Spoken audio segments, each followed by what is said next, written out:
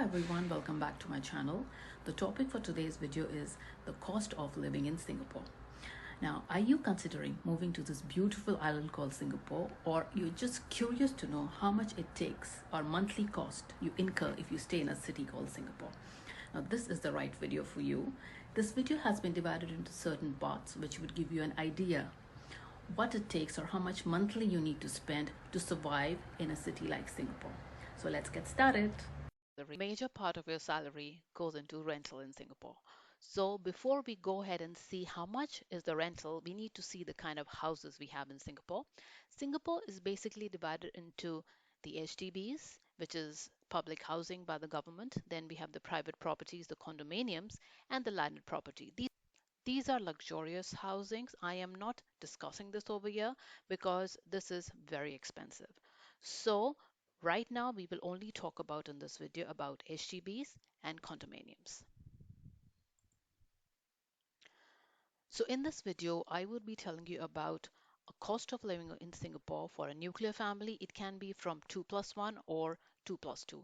So the rental for one bedroom apartment in Singapore for a 2 plus 1 family, which would include a living and a dining combined together with one washroom and a kitchen, would cost from around 2000 per month to 2500 per month, which would also depend on the locality you're staying in. So further the locality from the city, the less will be the rent. Now, a full unit, which would be from 2 to 3 rooms from an HDB, starts from 2,800 to 3,800. Again, depends on the location you're in.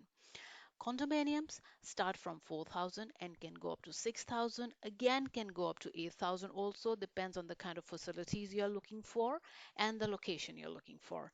Now, for every kind of houses you're looking at in Singapore, there is a lease mainly for 2 years. Buying a property is also an option, but buying an HDB is not an option for an expat who comes from India or any other part of the world, because the HDBs, which is the government houses, is only eligible to be bought by Singaporeans and the residents over here. You can buy a private property over here, but that is also very costly, which would have stamp duties and agent fees also. Then again, a major chunk of your salary goes in food. Food in Singapore is amazing. You have the best of food over here, diversity, seafood, you name it, they have it.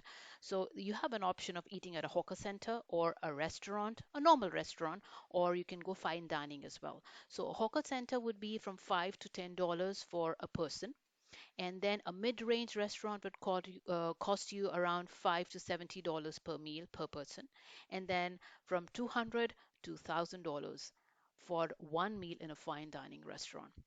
Groceries are weekly over here from supermarkets, so we spend around 50 to around about $100 per week for basic items. Schooling. Now, we have two kinds of schools in Singapore. One is again owned by the government, which is only for Singaporeans and the residents.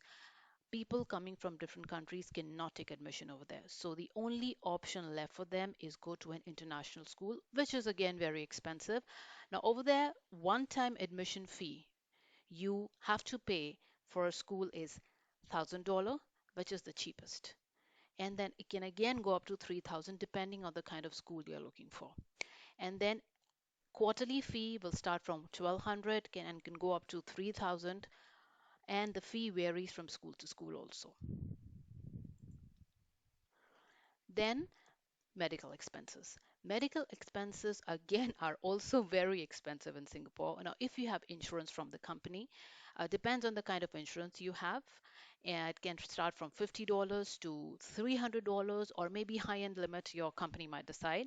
However, if you shell out from your own pocket, it can range from $80 only for a doctor's consultation, excluding medication for, again, as I said, a government clinic, and can go up to around $300 for a private clinic without medication.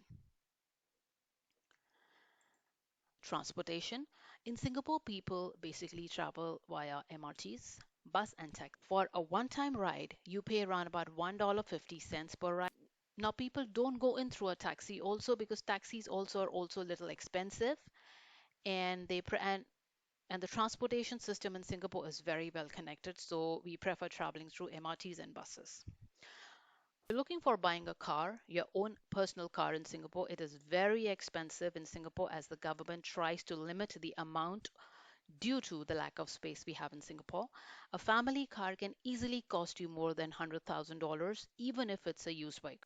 Prices are sky high in the city because it restricts how many vehicles go on the road.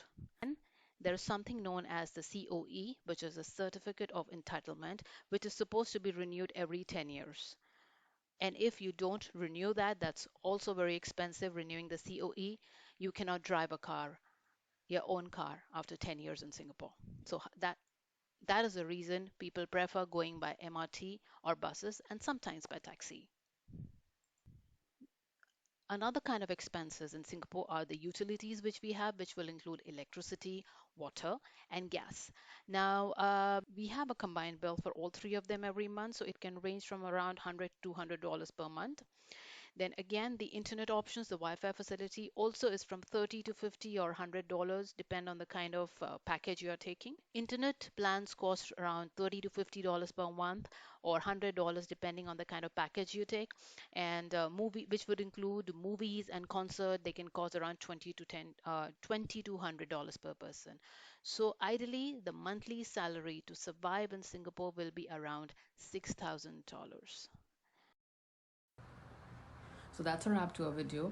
I hope this video was informative enough for you so that if you're planning to move to this amazing city called Singapore, you need to know what kind of finances you would be incurring monthly if you're staying here.